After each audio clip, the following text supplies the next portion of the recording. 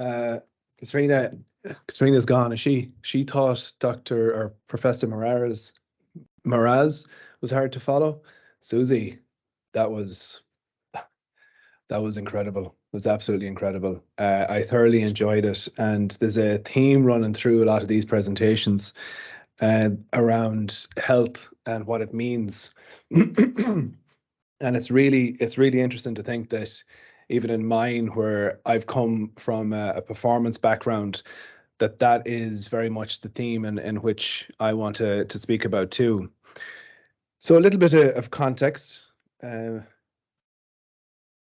All right, we're good. We're in good shape.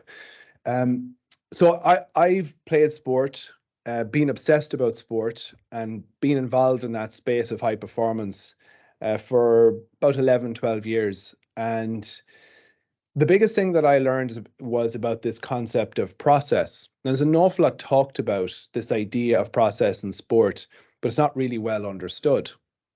So it's about moving your energy from an outcome, which is winning, to a focus of what actually do we need to do day to day to perform well. And I've used these principles with people around their health. And it's immensely powerful. And it's following the same kind of thread and same type of idea that if you change the focus and that you change the spotlight and how you place your energy in your life, that if you take it, I mean, I work with people who are overweight or who have a performance focus. I don't work in the space of obesity, but it's the same type of concept. So the big thing that I've realized over the course of time is that everything is connected. Everything is connected in how we live. Our relationships affect our mood affect our decisions.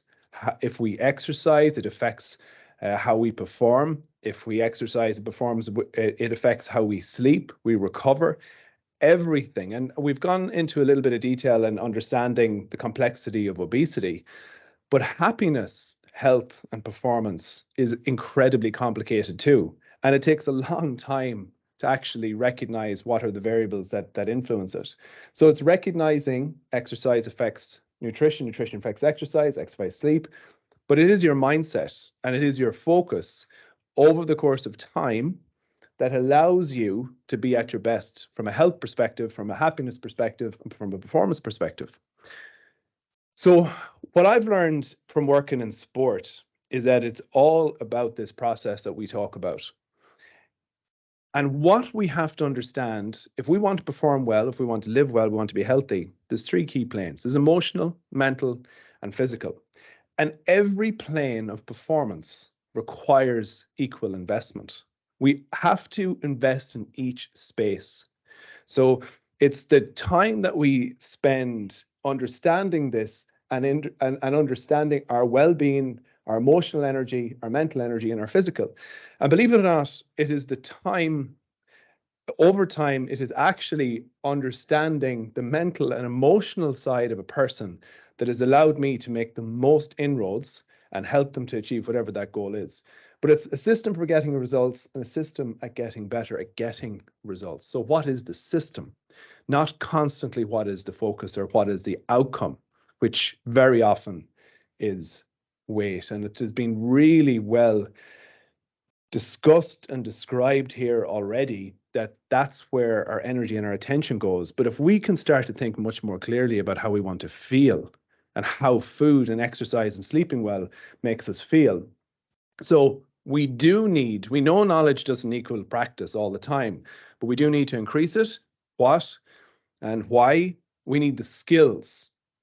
We need to know how to cook. We need to know how to organize. We need to know how to plan. We need to be effective with our time. And there is a desire, and we want to be in the right headspace for improvement. So when we work in my team with any individual, we will always say, where do you want to go? It's not the marathon that you want to perform extremely well in. It isn't just about the goal that you've come to achieve us with. It's How will you be living after you achieve that mini goal? That's what I'm interested in. I'm not interested in just you achieving that weight, achieving that time in the marathon. It's the process and the way that you're living day to day that really matters. So I even think about right now, I'm 40 years of age, I have two young girls. I'm thinking about how will I be able to live with them in 10, 15, 20 years' time? I don't just want to be their dad that cooks with them or brings them to golf. I still want to be out driving them. Like, I still want to be able to push them and challenge them. And that's the type of life that I want to live. Well, if I want to live like that, then there are really significant things that I need to do now in order to live like that in the future. But we don't talk about that. We actually don't place enough emphasis in where we're going to be. We even don't talk about death that much. And I feel very privileged that as part of my own upbringing and my own family, and in particular my dad, was not afraid to talk about death. You know, he wasn't afraid to talk about the future and that time. And I think that that has made a big difference to my mindset and being able to go there. So belief below the surface, right? Really thinking about things deeply and what affects us and what actually makes us happy has a massive influence then and how we want to live. So we talk an awful lot about expectations, and people's expectations are exactly like Katrina talked about. You know, we have this idea that we will lose a pound a week if we create that calorie deficit. We have this idea that if we perform and we train really hard, we'll achieve that performance-related goal. We don't think about getting sick. We don't think about injury. We don't think about Christmas. We don't think about the stag. We don't think about the wedding. We don't think about all of these things, but yet we set these lofty expectations. And a lot of it is about the honesty that we have to have about what is realistic.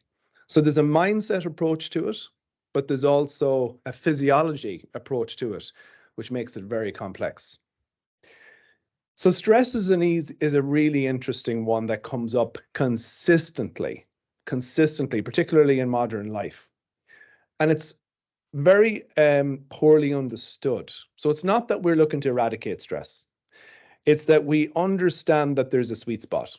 We live chaotic, hectic lives, and what we want is to be in the sweet spot as best we can. We don't want to be on the far right at risk of anxiety, burnout, how it impacts our immune system, but we don't want no stress in our life. We want to be driven to achieve something, and we want to be at our best as much as we possibly can. And some of the best results that I've seen, whether it be in elite performance or in people's health, is understanding that we need a completely different set of tools to manage stress than we do from a nutrition perspective. So very often what we do is we use food as a form of management of stress. And that actually can compound itself. So it's recognizing different tools and different skills for different things. And that takes time. And there's a reframing, even from a self-talk and from a mindset perspective on that. The other thing was that the food pyramid is really widely known, but there isn't an awful lot talked about even from a longevity perspective. There isn't a lot talked about the physical activity pyramid. The base of our pyramid is ultimately about movement and not sitting. Yet we are obsessed with the data, or we're obsessed with structured physical activity. So it is as much about how we move, and this is really well found in research as well. People who are just generally active have the same or even better health outcomes than people who follow more of a structured exercise lifestyle, but still sit quite a bit. So it's about really connecting exercise, sleep, nutrition, and understanding that if we put these all together, if we understand how do we manage stress, there's a lot in it, but we have the potential to transform how we feel and how we live long into the future. And it has been shown that people in the top 2 to 3%, the people who invest that time in fitness, in strength, have that capacity to live from a mortality perspective, you have 4 times greater risk of all-cause mortality compared to somebody the least fit compared to those who are the fittest for their age and gender. And it was really interesting to already hear the references to muscle mass as well. And there isn't enough talked about or understood about sarcopenia and the loss of muscle mass. So if we can begin after the age, particularly of 35, if we can stem that flow and that loss of lean tissue, that metabolically active tissue that keeps us functioning really well, more resistant to disease, we've got that potential again to live the life that we want to live. But we have to begin to incorporate the key things in our life that will maintain that lean tissue. And this is one of the most powerful graphics I've ever seen. It's a friend of mine, Brendan Egan, who's done a lot of work, research in sarcopenia and healthy aging. And it shows that if we do remain active, this is the muscle mass in the quad of a 70-year-old athlete compared to a 40-year-old athlete or a 74-year-old sedentary person.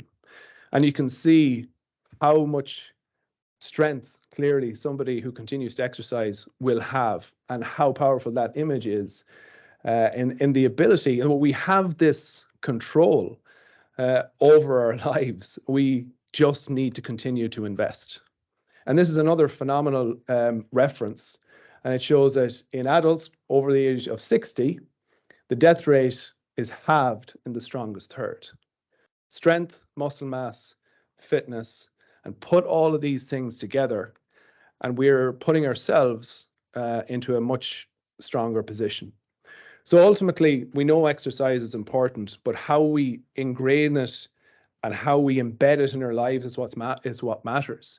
And it is knowing that whether it be that walk to work or that cycle in the evening or taking that phone call or having that meeting when you're standing up, Joe is at a much lower risk of lifestyle-related disease compared to Anne. And it is about what processes and systems can we embed in our lives to facilitate that.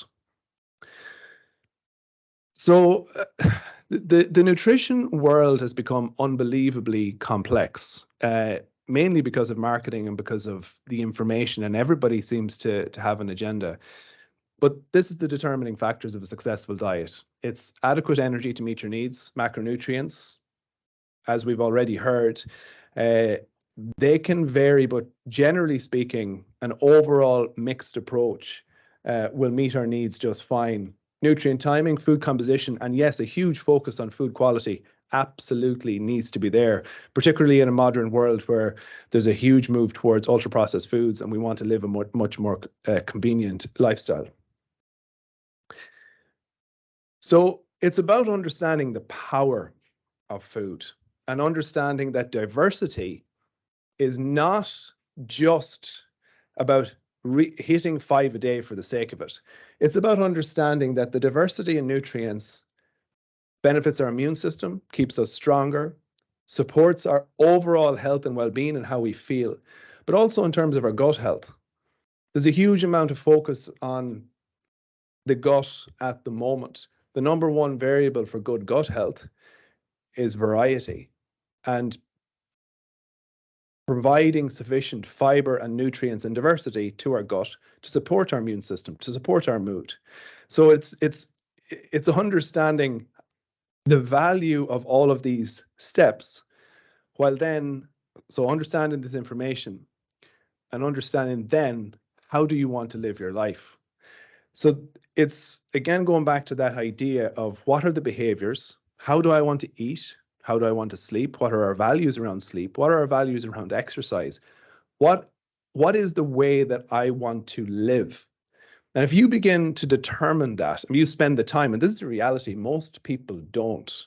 They don't spend the time looking at, well, how do I split up my time towards this space? How do I emphasize where exercise is? And we constantly overestimate what we can do. We think about every single person I've ever worked with, thinks that they'll get the 5 gym sessions or the 5 exercise sessions done, and they know how to eat healthy. So they're having this conversation now, and that's the way it's going to be. But it's actually, no matter what happens in your life, I mean, within reason, but no matter how busy you are, what is it that you can get done? What is the foods that you can eat?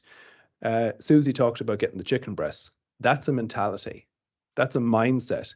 And anybody can do that. But the easier option is to pick something up from the petrol station or have the sandwich or whatever it might be.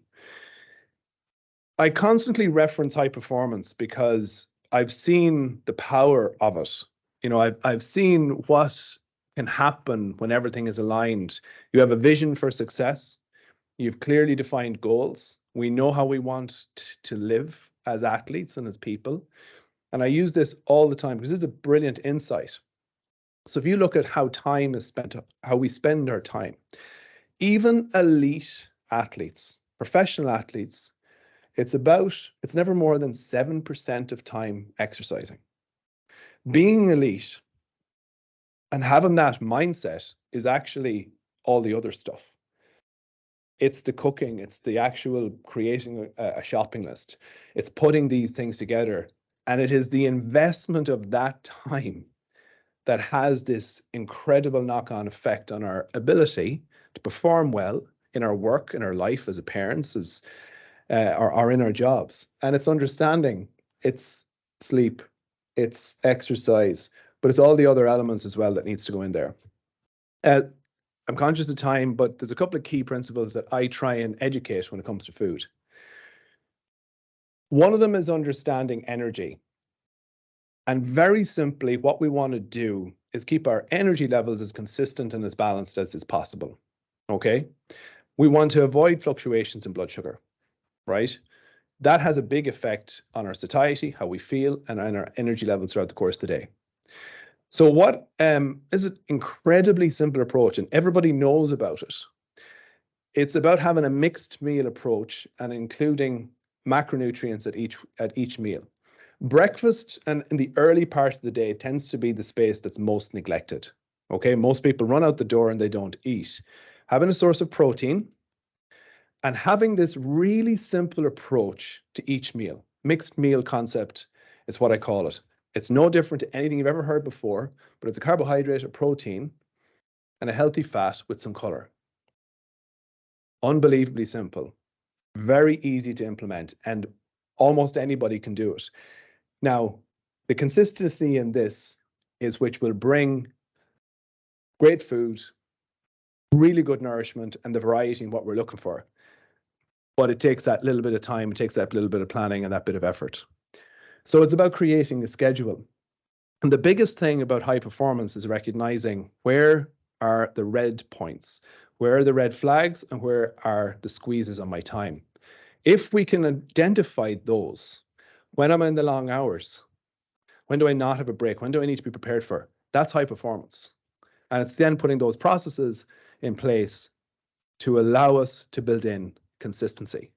So we talk about, and I certainly talk about, our kitchen will tell the future. What's in your cupboards? What's in your fridge? Have you got a shopping list?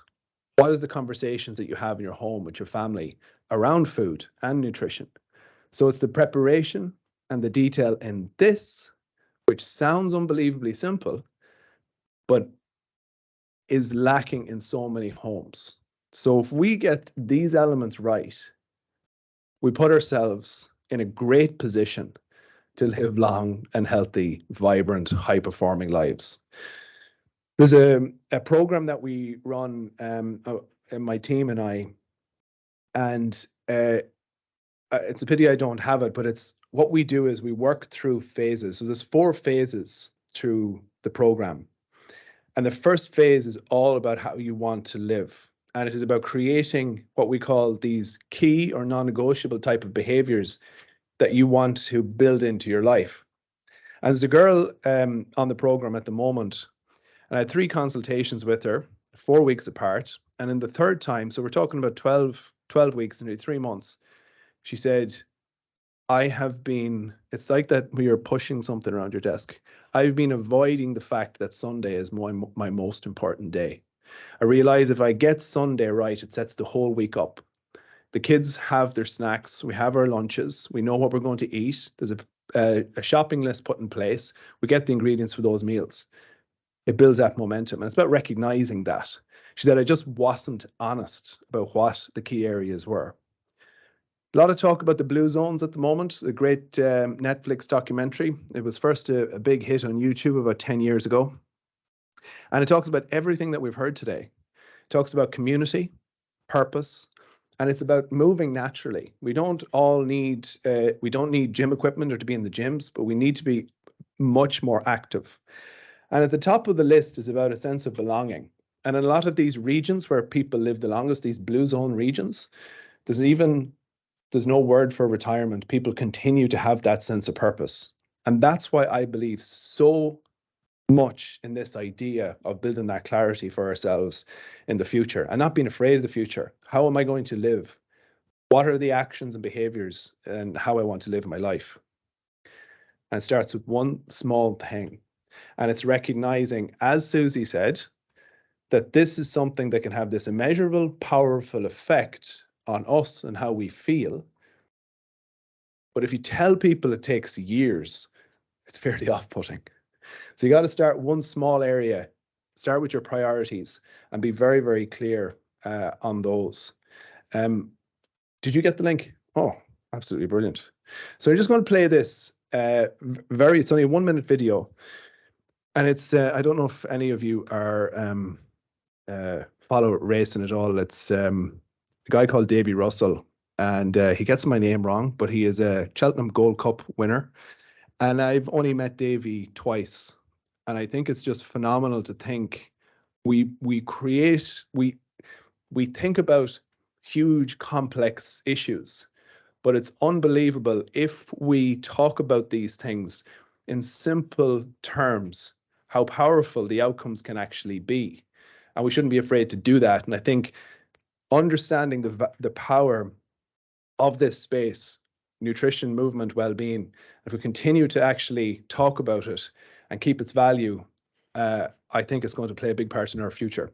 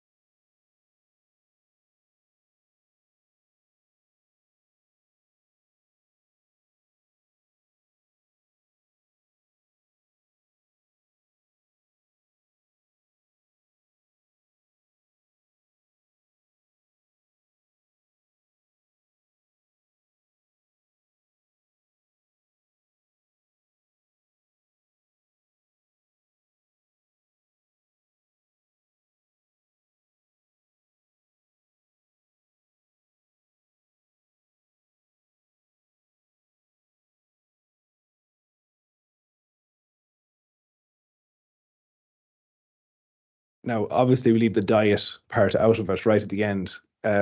That's not the point, but you get the point. And that's where I start with now with people. What will make you happy? And what are the behaviors that will allow you to live the life that you want to live? Thank you.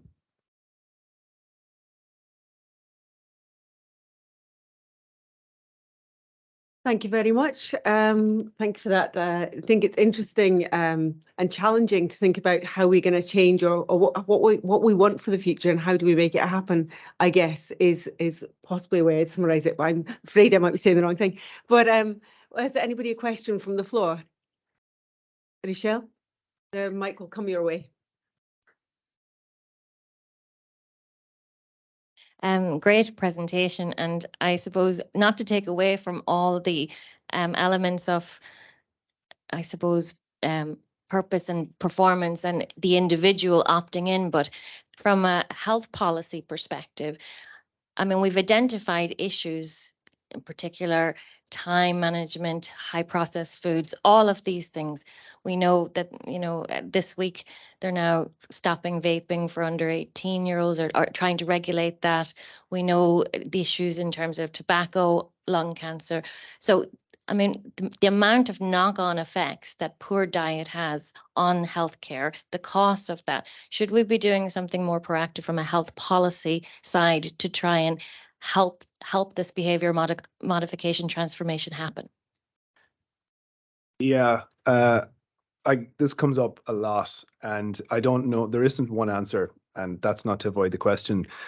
Becoming a parent definitely changes your outlook on things, and my little girl is going into creche now. I'm very proud to say she's still eating porridge. I think it has to start. We have to start there. It's almost like the model for academies, and we need to invest in our youth and need to be very clear. Like I'm a big believer in education, and even in our teachers being really well positioned to talk about food and talk about nutrition. And I think that could have a very positive knock-on effect. The people and children begin to understand, they could begin to change behaviors, even they become the role models for their parents. So I think that's a key area of improvement. Any more questions from the floor there?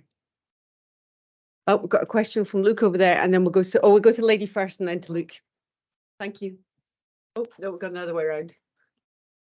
Thanks very much. Yep, fantastic presentation, Daniel. What really struck me was the health activity pyramid, which I'd never really heard of before. And I've always thought that what's way better than going to the gym 3 times a week is having a lifestyle where you walk to work, you climb the stairs, you don't get the lift, and this kind of thing. Kind of along with what Susie said about when she was visiting her partner in hospital, you're in an environment where you don't have choices for food, and if you're not prepared, and she made the decision to be prepared, which is great. Do you think there's a way to incorporate a better environment along with a nutrition education, probably starting with kids again, a bit like Rochelle was saying? How do we build that culture of think about if you're walking to work or doing that? I don't know if you have any thoughts on that. Yeah, I have loads of thoughts on it. I think there's I have loads of thoughts. I think we're way behind. I think we're way behind in the UK, and look at places like Sweden and Denmark and Holland and how proactive they are in facilitating cycling. Like I cycle in Dublin as a simple example, and like every week I'm afraid I'm going to be killed. That is actually the reality. We have what I think is evolving is a real gym culture, and the divide is getting bigger and bigger. It's getting more and more difficult to actually participate in exercise. I saw last week where there's a gym getting a spin gym getting huge amount of publicity because it's in the dark and people feel more comfortable. I mean, I think that says everything about where we're at. And I think there needs to be a huge amount more investment in facilitating movement, awareness around nutrition. And I think that it's environmental as well as educational. And yes, we can. I mean, I don't even know where to begin and end with it. Just before any more questions, I want to just say a massive, massive thank you to be invited here. I think the standard of presentation has been phenomenal. And a tiny caveat, I couldn't believe it when I saw Dr. Anna this morning. She actually cared for my dad here 2 years ago. And she's unbelievable. She is an incredible woman.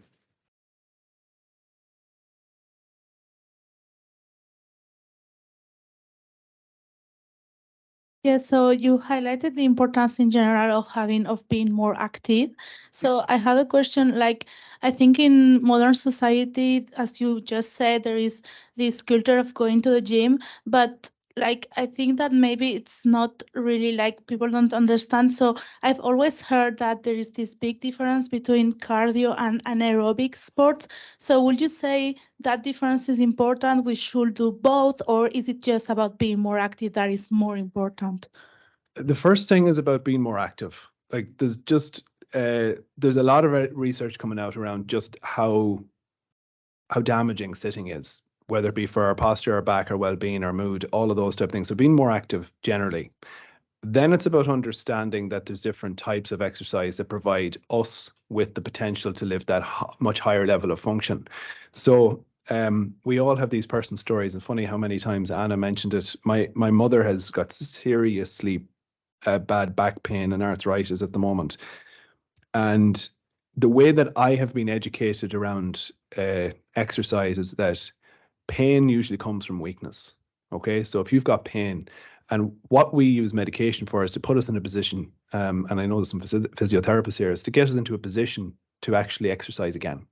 But there isn't that messaging and there isn't that education around it. So we need exercise for strength and function. And we can do that in our homes, but it's making that accessible. And then it's the cardiovascular exercise, the 150 minutes of moderate physical activity every week. So putting them all together is the way for a long, healthy future. Thank you. Any further questions from the floor? Oh, one more question. This is our final one because we're out of time. Go for it. Once you get your microphone. Yeah. So, what are your recommendations for shift work for people who are doing like 13-hour shifts? How to manage that? Are you talking about from a nutrition point of view?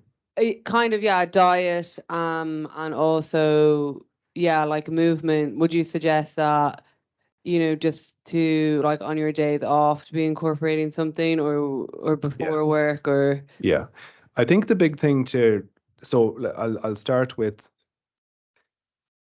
we set ourselves up all the time. We put a huge amount of pressure on ourselves, whether it be exercise or nutrition. What we have to try and do is manage our time. And we have to manage our expectations of when you're working, you're not going to be able to exercise the way that you want to. So what can you do? How can you stay mobile? What can you do when you are on your shift in terms of even, if you're going to be on your feet, I assume a lot more. Or are you? Yeah. So your general activity is going to be way up.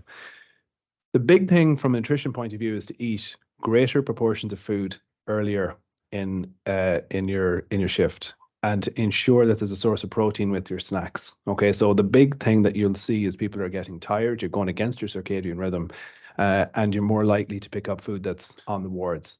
Bringing your own food and having that mixed meal approach is unbelievably powerful.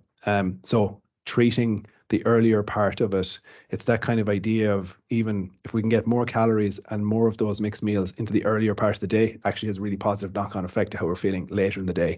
But whereas in modern society, we eat too much just before we go to bed. Brilliant. Thank you so much.